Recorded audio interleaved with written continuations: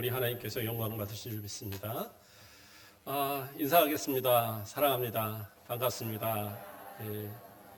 잘 오셨습니다. 네, 그래요. 에어컨 설교 시간에 좀 꺼도 되겠죠? 좀 끄고 했으면 좋겠어요. 오늘은 그를 거룩히 여기라라는 제목의 말씀으로 함께 말씀을 통하여 은혜 받는 시간 되길 바랍니다. 오늘 본문의 말씀은 제사장인 이 아론을 하나님께서 모세에게 그를 거룩히 여기라라고 말씀하는 그런 장면이에요. 더 나아가서는 이스라엘 백성들에게 말씀하고 있는 겁니다. 어떻게 보면 제사장이지만 아론은 모세의 그 오른팔로서 어떻게 보면 출애굽을 함께 이끌었던 인물입니다. 그럼에도 불구하고 제사장으로 세워진 이 아론에 대해서 하나님은 모세에게 그를 거룩히 여기라라고 말씀하고 있는 거예요. 물론 거룩이라는 단어가 무슨 어떻게 잘해라, 아주 잘 대접하라 그런 의미는 아니에요. 거룩이란 말 자체는 하나님과 관련돼서 쓰는 단어예요. 그러니까 하나님의 성품이 거룩이고 다른 관련된 그러니까 하나님과 관련된 그 단어에만 거룩이라는 단어가 쓰는 겁니다. 그래서 우리를 성도라고 말하는 이유도 하나님과 하나님의 백성들이기 때문에 우리는 성도라고 부르는 거예요. 그 거룩하다는 말을 아무데나 붙이는 말은 아닙니다. 근데 이 거룩이라는 뜻, 구약에서는 코데시, 그리고 신약에서는 하기오스 이러는데 다 구별되다, 분리되다라는 뜻을 갖고 있어요. 그래서 세상과는 구별되는 존재, 세상과는 전혀 다른 존재를 이야기할 때 거룩이다라고 얘기한 거예요. 그래서 이것은 하나님의 성품, 하나님께만 관계된 단어로만 쓰이는 거예요. 그럼에도 불구하고 하나님께서 우리를 거룩하라고 얘기하셨고 또 이렇게 제사장을 향하여 거룩히 여기라고 말씀하시는 이유는 앞서 말하는 것 같이 다 하나님과 관계된 존재들이기 때문에 그렇다라는 거예요. 제가 혹시라도 오해하지 마시고 드리길 바랍니다. 제가 5년을 이제 넘도록 우리 교회 같이 이렇게 있는데 우리 성도님들 너무나도 잘해주시고 때마다 시마다 밖에 이렇게 쌓이는 김치거리들이 정말 1년 동안 차고 넘치도록 우리 권사님들 항상 채워주시고 좋은 거 있으면 또 갖다 주시고 과일도 항상 대접하시는 분도 있고 정말 감사합니다. 그래서 이것은 대접하라 이런 의미에서 제가 설교하는 게 아니라 우리 성도들이 목회자와 성도의 관계 또는 성도로서의 어떤 그 자세 이러한 부분들에 대해서 우리가 말씀을 통해서 한번은 생각할 필요가 있다. 그래서 말씀을 드리고자 하는 겁니다. 목회자가 어떻게 보면 제사장이냐? 그러면 사실은 제사장이라고 말하기도 좀 애매한 부분은 있습니다. 왜냐하면 주된 것은 설교잖아요. 설교를 주대로 한 것으로 하다 보니까 선지자에 가깝다라고 말할 수 있을 거예요. 그러나 제사장에 또한 가까운 부분은 뭐냐? 성도들을 위해서 하나님 앞에 기도하고 성도들을 축복하잖아요. 마지막에 축도하잖아요. 축도는 목회자만 하는 겁니다. 목사님만 하는 거예요. 그러니까 이것은 어떻게 보면 제사장을 향하여서 하나님께서 백성들을 축복하라고 말씀하신 그 말씀을 따라서 하는 것이기 때문에 결국에는 제사장적인 그러한 부분도 분명히 있어요. 그래서 오늘날 목회자들은 어떻게 보면 선지자적인 부분과 또 제사장적인 부분을 함께 갖고 있는 그러한 모습입니다. 물론 구약의 제사장과 똑같냐? 그건 또 아닐 수 있지만 그러나 신약에서도 사도들도 분명히 목회자들에 대한 구분을 분명히 하고 있어요. 자, 오늘 그러한 말씀들에 대해서 우리가 좀 살펴보고자 합니다. 그래서 목사님들 같은 경우에도 저는 이제 우리가 전통적인 바울의 그런 축도를 따라서 성부, 성자, 성령의 이름으로 축도하지만 제사장들에게 명하신 그 명령을 따라서 또 이렇게 백성을 축복하라 하신 그 구절을 따라서 축도를 하시는 분도 가끔 있어요. 저도 처음에 들을 때는 되게 어색했는데 또 그걸 하시는 분들을 여러 번 듣다 보니까 또 그것도 괜찮더라고요. 그 내용이 바로 민수기 6장 24절에서 26절에 나오는 말씀입니다. 여호와는 내게 복을 주시고 너를 지키시기를 원하며 여호와는 그의 얼굴을 내게 비추사 은혜 베푸시기를 원하며 여호와는 그 얼굴을 내게로 향하여 드사 평강 주시기를 원하노라 할지니라 하라. 이렇게 나갑니다. 그래서 이렇게 성도들을 향하여 평안을, 은혜를 구하는 이러한 축복의 이 말씀을 제사장의 축도로서 제사장만이 이것을 할 수 있도록 그렇게 성경은 또 이야기하고 있어요. 그래서 제사장이라는 직분, 그럼 그것이 왜 중요하느냐? 오늘 본문에서 말씀하고 있어요. 뭐라고 그럽니까? 너는 그를 거룩히 여기라. 그는 내 하나님의 음식을 드림이라. 그래서 제사를 주관하는 사람이 제사장이잖아요. 그래서 하나님 앞에 그 화제로 또 번제로 또 여러 가지 소제로 하나님 앞에 예물을 드리는 그것을 주관하는 이들이 제사장이기 때문에, 그렇기 때문에 거룩히 여기라고 얘기하고 있는 거예요. 그런데 그 뒤에 또 중요한 얘기가 있습니다. 뭐라고 그래요? 너는 그를 거룩히 여기라. 너희를 거룩하게 하는 나 여호와가 거룩함이라. 이게 무슨 얘기예요? 제사장을 거룩히 여기라는 것은 제사장을 거룩히 여기라는 그런 명령 때문이 아니라 하나님께서 백성들을 하나님의 백성들을 거룩하게 하셨으니까 거룩하게 하신 그 사람들은 하나님께서 세우신 제사장을 거룩히 여겨야 된다라는 거예요. 그러니까 뭐예요? 성도들도 거룩하다라는 거예요. 제사장만 거룩한 게 아니라, 목회자만 거룩한 게 아니라 성도들도 모두가 거룩하다. 이것을 전제로 얘기하고 있는 거예요. 그래서 거룩한 성품을 가지고 하나님의 거룩한 그 모습을 닮은 성도들은 당연히 하나님께서 세운 목회자에게도 거룩히 구분할 수 있는 모습들이 있어야 된다. 그 말씀을 하고 있는 겁니다. 가끔은 보면 그래요. 세상 사람들이 교회를 욕할 때 보면 목회자들을 참 많이 요구합니다. 저도 가끔은 보면 매스컴에서 나오는 이런 부분들에 부끄러움을 느낄 때가 많이 있어요. 목사님들이 왜 그러지? 목사님들이 저러면 안 되는데, 뭐 이런 생각들을 많이 하게 됩니다. 세상 사람들이 목사님들에 대해서 어떻게 보면 더 도덕적인 기준을 요구하고 있죠. 세상 사람들이 자기들끼리 잘못을 하면 크게 뭐라고 하지 않습니다. 또는 법에만 크게 접촉되지 않으면 그냥 괜찮다라고 얘기를 해요. 그런데 목회자들에 대해서는 도덕적인 법, 어떻게 보면 이 성문화된 법보다도 더 이상의 윤리적인 부분들을 요구하고 있어요. 근데 그것은 당연한 일입니다. 왜 당연한 일이냐? 앞에서 말한 것처럼 하나님 앞에 예배를 주관하는 성도들을 축복하는 그런 위치에 있는 사람들이니까 당연하게 그러한 도덕적인 것을 요구하는 것은 당연한 거예요. 그래서 레위기 21장 6절 말씀을 보면 뭐라고 나옵니까?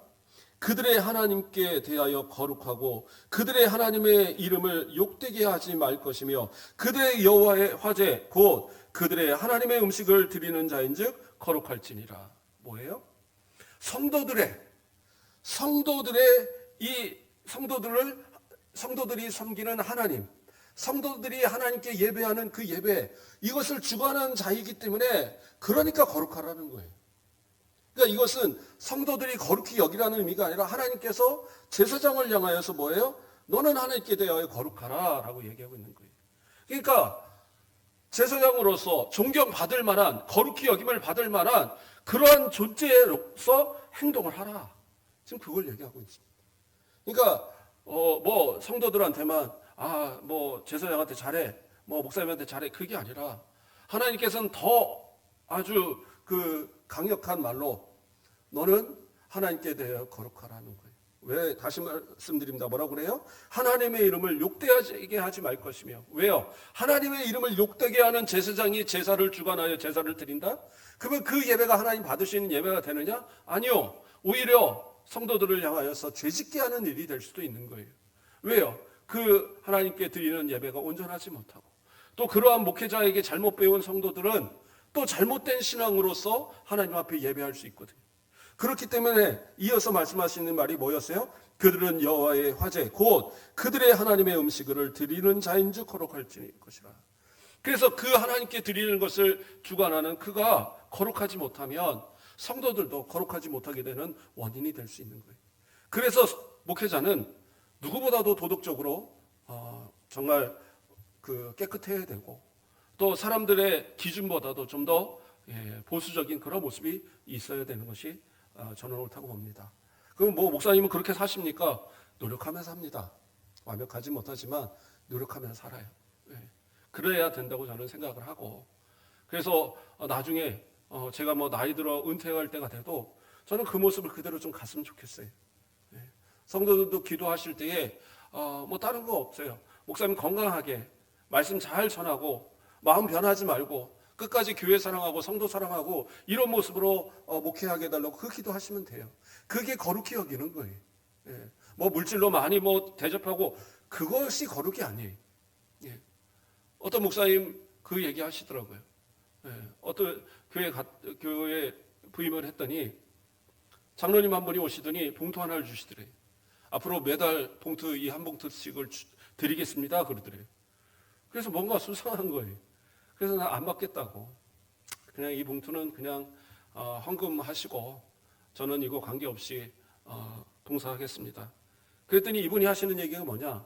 앞으로 당에 들어갈 때는 저하고 상의하고 들어가 주시오 그러더라는 거예요. 무슨 얘기냐니까. 그래서 그럼 수석 장로님입니까? 그랬더니 수석 장로님 아니래요. 그냥 제일 막내 장로님인데 자기하고 상의하고 들어가야 된다고 그러더래요. 그래서 그게 무슨 말이냐 그랬더니 그 전에 목사님들한테 그렇게 봉투를 들여가면서 자기 말을 듣도록 막 해갖고 그래서 당회를 그렇게 끌어가는 그런 스타일이셨더라는 거예요.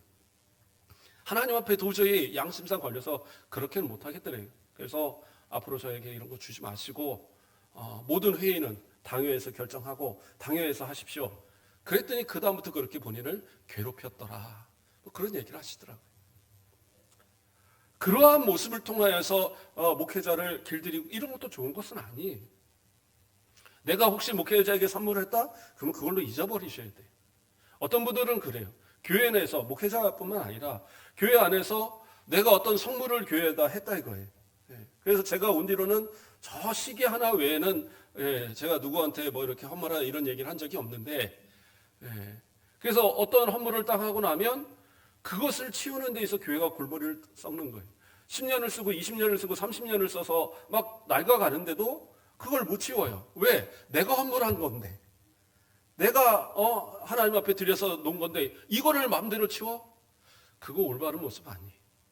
성도들은 뭐예요? 하나님께 드렸으면 그걸로 끝이에요. 그러니까 더 이상의 뭔가를 기대하거나 그런 거 없어요.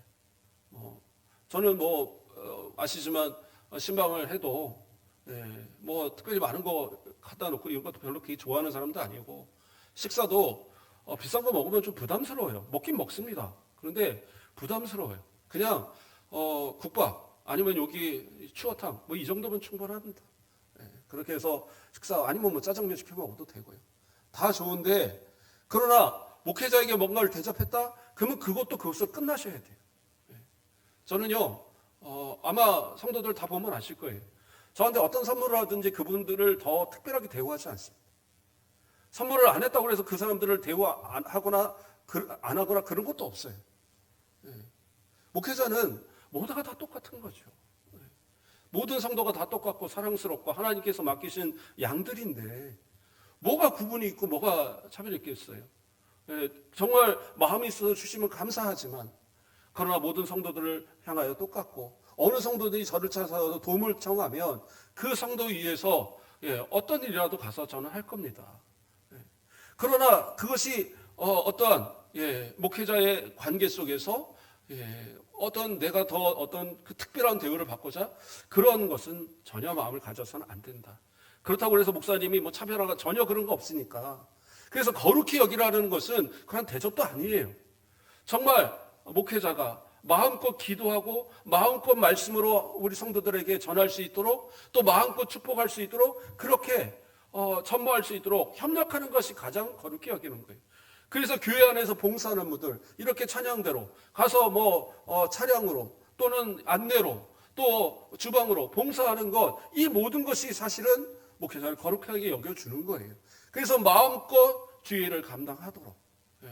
오늘도 아침에 보니까 책상에 앉아 있는데 창문을 좀 열어놓으니까 우리 김영철 장로님 가서 열심히 빗자루 쓸고 하는 거예요.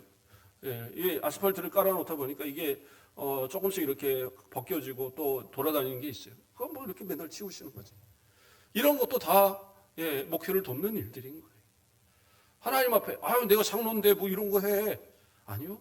그렇게 겸손한 모습들을 보여주는 것이 이것이 성도들에게 귀감이 되고 또 목회자가 마음껏 일할 수 있도록 돕는 거룩히 여기는 모습이다라는 거예요.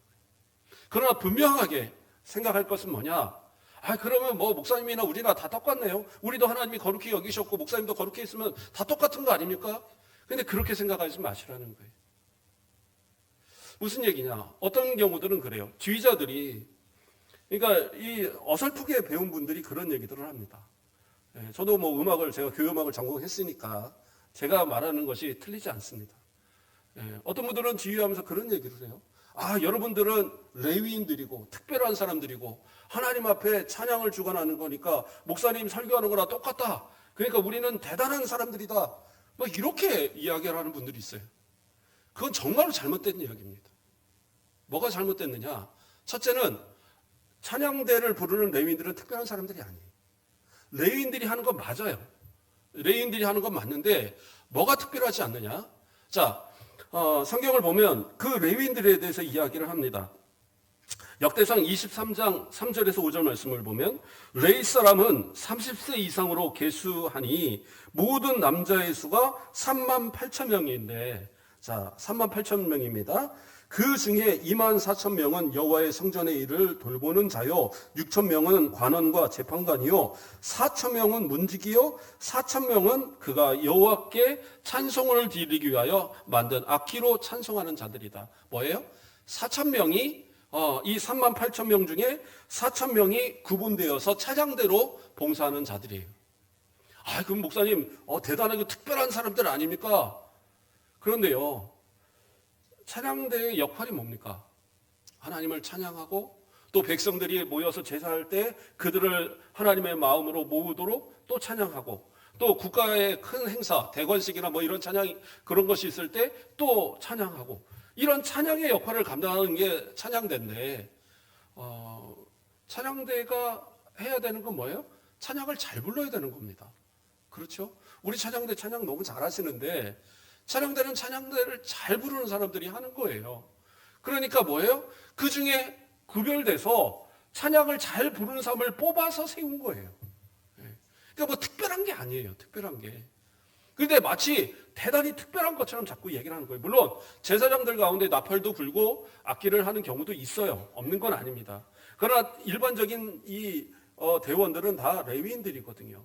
그리고 또 역대상 25장 1절을 보면 다윗이 군대의 지휘관들과 더불어 아삽과 헤만과 여도둔의 자손 중에서 구별하여 섬기게 하되 수군과 비파와 재금을 잡아 신령한 노래를 하게 하였으니 그 직무대로 일하는 자의 수요는 이러하니라. 그러면서 누가 나와요? 아삽, 헤만, 여두둔 지휘자들입니다. 지휘자들. 그리고 그 후손들이 그러한 지휘를 또 맡았어요. 자, 그리고 또 역대상 25장 7절 말씀을 보면 그들과 모든 형제 곧 여호와 찬양하기를 배워 익숙한 자의 수요가 288명이니라 이렇게 나와요. 288명. 이건 무슨 얘기냐면 이 사람들이 다른 사람들을 가르쳐 줬다라는 거예요. 그러니까 찬양의 소양이 있는 그 레위인들 288명이 다른 사람들에게 찬양을 가르쳐줘서 같이 찬양을 부르도록 이 4천 명이 아름다운 찬양으로 물론 이제 돌아가면서 이렇게 찬양을 부르지만 그 각각의 파트를 맡아서 하나님께 온전하게 찬양을 부르도록 그런 역할을 하는 사람이 288명이다 이야기하는 거예요. 그런데 한 사람의 목소리가 만약에 이 중에 튄다. 그럼 어떻게 하겠어요? 제가 군대에 있을 때 제가 이제 그때는 성악을 전공하기 전이지만 찬송가를 열심히 부르다 보니까 약간 성악적인 노래를 잘 합니다.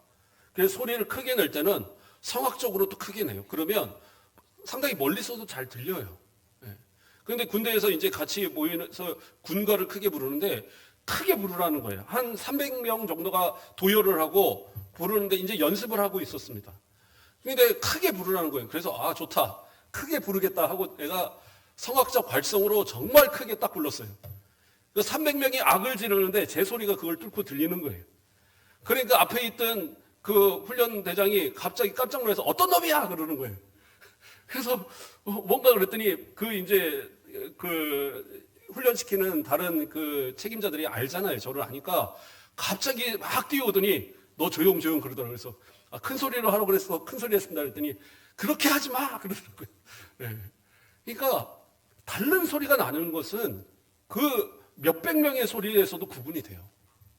네. 그러니까 성가대를 지휘를 오래 하신 분들이 아마 우리 권사님도 딱 그러겠지만 이 한 20명이 노래를 불러도요. 그 중에 누가 틀렸는지 딱 압니다. 네. 한 5, 60명이 불러도 그 중에 누가 틀렸는지 딱 알아요. 어떻게 아느냐? 다 맞게 부르는데 그 사람만 틀리게 부르니까 안 들릴 수가 없어요. 그러니까 이 4,000명의 사람들은 어떤 사람들이냐?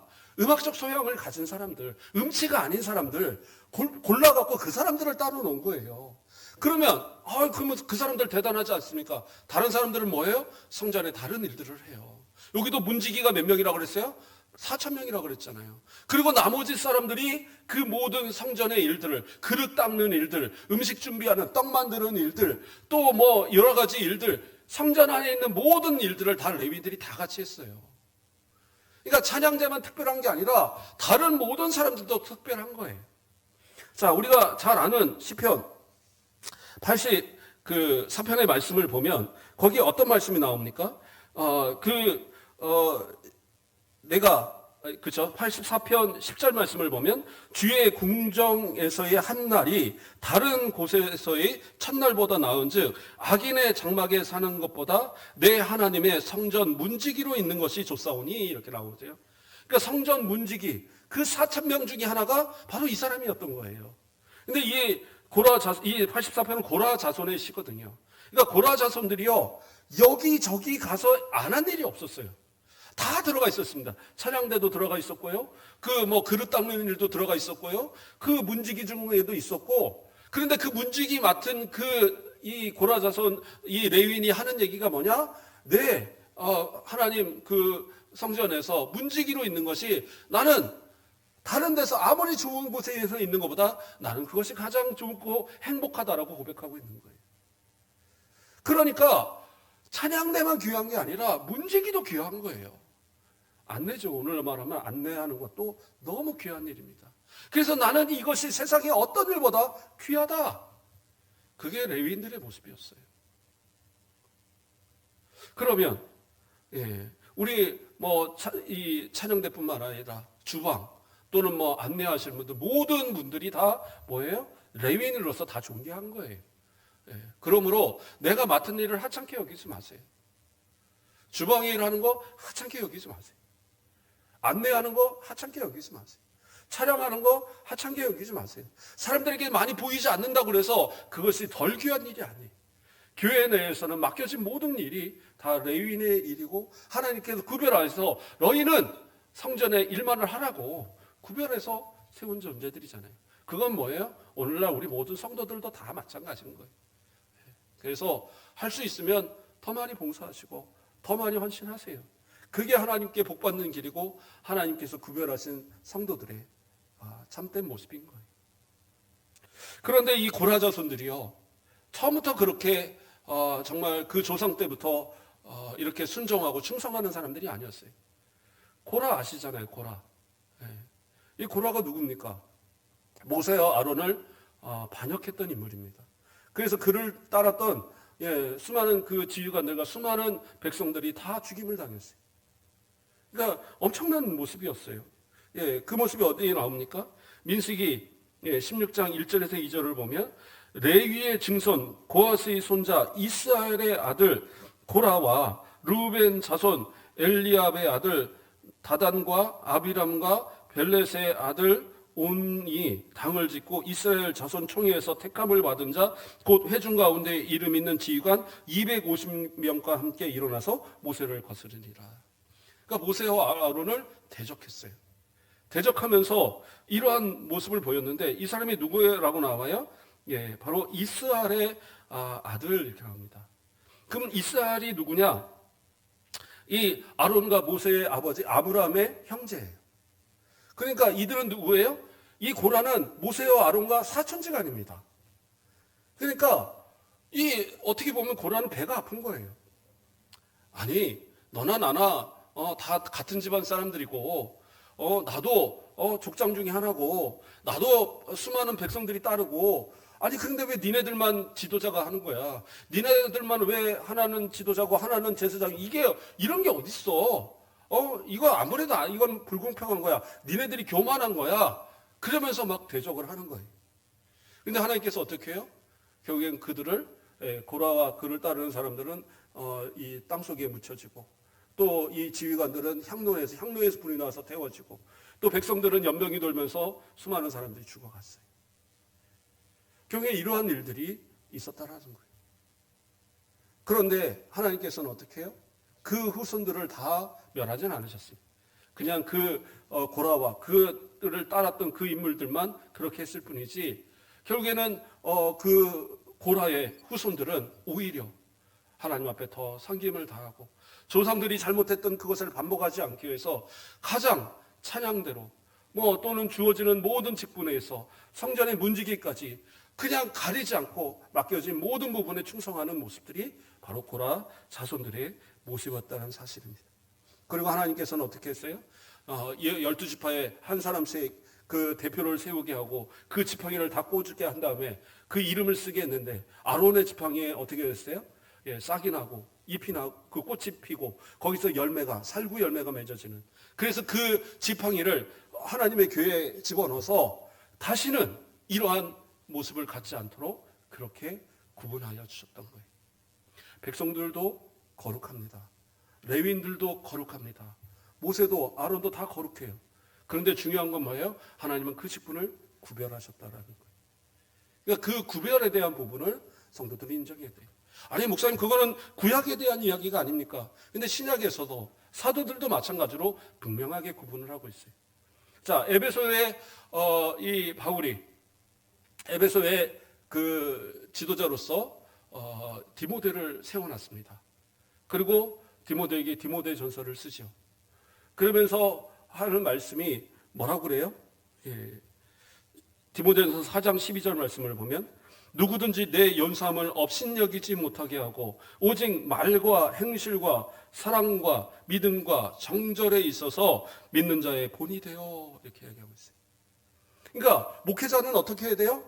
많은 사람들에게 본이 되는 모습을 가져야 돼요. 앞에서 말했던 것처럼 제사장들처럼, 또는 그 목회자로서 하나님 앞에 정말로 거룩한 직분을 받았으면 그거에 합당하게 본을 보이는 그런 삶의 모습을 분명히 가져야 돼요. 그러면서 또 하는 말씀이 뭐였어요? 내 연사함을 업신여기지 말게 하라. 나이로서 목회자가 되는 건 아니다라는 거죠. 그렇죠. 저도 50이 이제 넘었지만, 그러나 그렇다고 그래서 우리 권사님들, 우리 또 나이 많으신 지금 90이 넘으신 우리 어른들 이렇게 비하면 세 발의 피죠. 저기 손자뻘밖에 안 되고, 또는 동생뻘밖에 안 되고, 저 조카뻘밖에 안 되는 그런 모습이지만, 나이로 인해서 목회를 하는 건 아니라는 거죠. 그러니까 성도들을 향하여서 온전하게 본이 되고 나이로 인해서 업신여기지 당하지 말라, 이렇게 이야기했어요. 또 이 에베소 교회를 맡으면서 때로는 되게 힘들었던 것 같아요.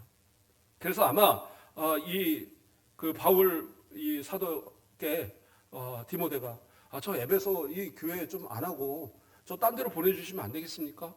너무 힘듭니다라는 얘기를 했던 것 같아요. 그러니까 어떤 일이 있습니까?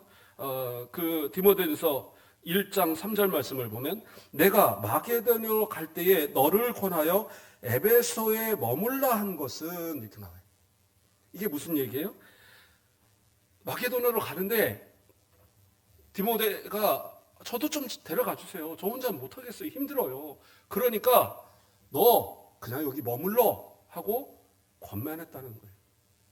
왜? 이곳에서 할 일이 너무 많은데. 그래서 뭐예요? 어떤 사람들을 명하여 다른 교훈을 가르치지 말며, 이런 얘기하죠.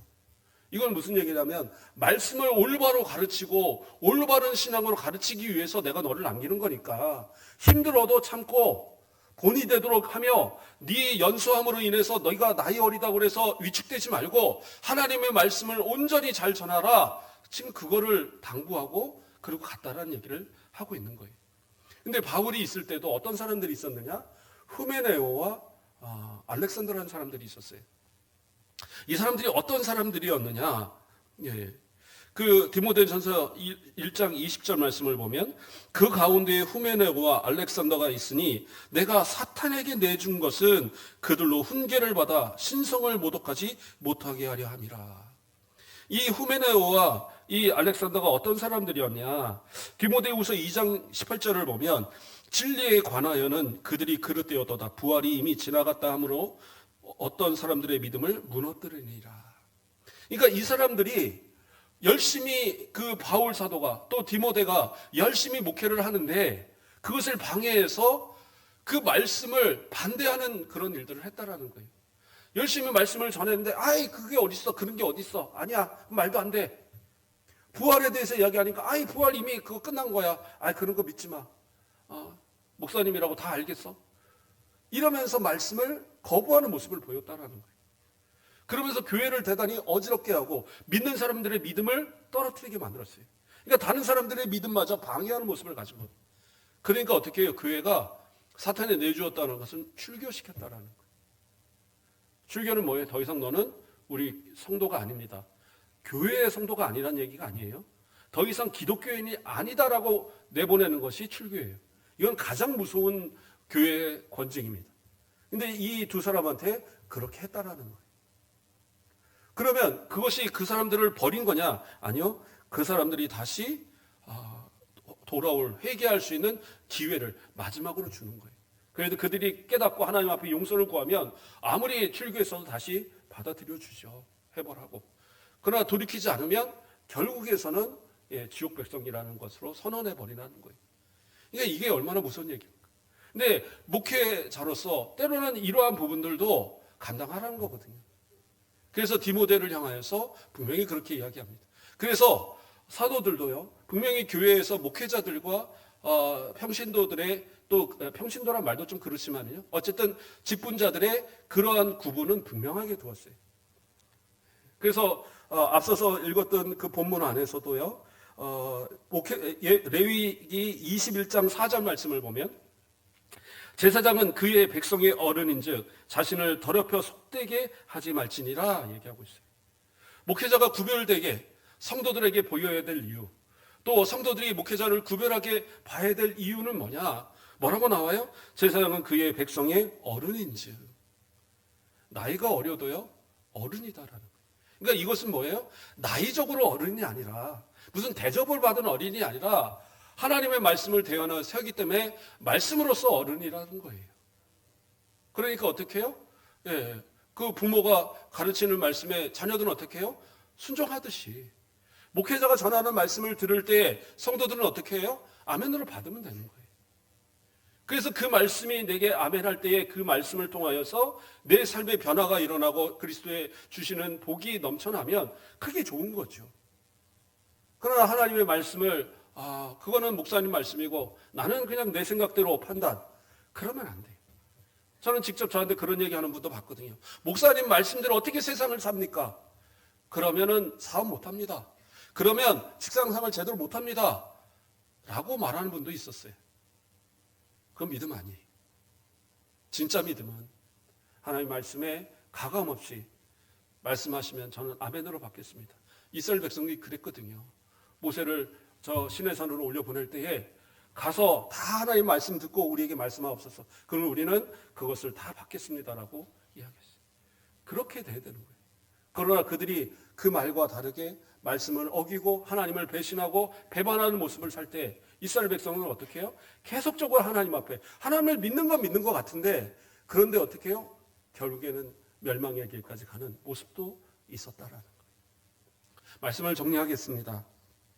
여러분들도 거룩한 하나님의 백성들입니다. 성도들입니다. 그러므로 거룩하게 사셔야 됩니다. 목회자도 마찬가지로 거룩한 모습으로 살아야 됩니다. 구별되게 살아야 돼요. 성도들이 그래 우리 목사님 정도는 해야지 라고 생각할 만큼 본을 보여야 됩니다. 그러나 우리 성도들도 적어도 삶 속에서 우리 목사님이 전하시는 말씀, 하나님의 말씀 하나도 빼놓지 않고 내 삶 속에 좀 지켜봐야지, 그러한 몸부림이 좀 있어 보자라는 거예요. 그것이 바로 목회자를 거룩히 여기는 것이고, 그것이 바로 성도들이 거룩한 구별된 성도들의 삶의 자세고, 그렇게 해야지 우리 성도들이 복을 받고, 그렇게 해야지 우리 바깥에서 소문이 나서 저 가곡교회 성도들은 뭐가 다르다, 진짜 하나님의 사람들, 복받는 사람들은 저렇게 다르구나라고 인정받을 수 있는 그런 우리 모든 성도들 되길 주님의 이름으로 축원드립니다. 기도하겠습니다. 사랑의 하나님, 감사를 드립니다. 우리 사랑하는 성도들을 날마다 하나님의 은혜 가운데 붙들어 주셔서 거룩하게 구별된 하나님의 백성으로 삼아주심을 감사를 드립니다. 부족한 종을 또 우리 가곡교회 담임으로 세우셨사오니 주님, 부족함이 드러나지 않게 하시고 오히려 하나님 앞에 거룩함을 지켜가며 성도들에게 부끄러움이 되지 않도록 날마다 헌신하는 종 되게 하시고, 부족한 종과 우리 성도들이 하나가 되어져서 우리의 아름다운 우리 가곡교회를 이 지역과 또 이 나라와 세계를 또 책임져가는 교회로 온전히 키워갈 수 있는, 부흥시켜갈 수 있는 초대교회 성도들과 같은 우리들 되어지도록 축복하여 주시옵소서. 감사합니다. 예수 그리스도의 이름으로 기도드립니다. 아멘.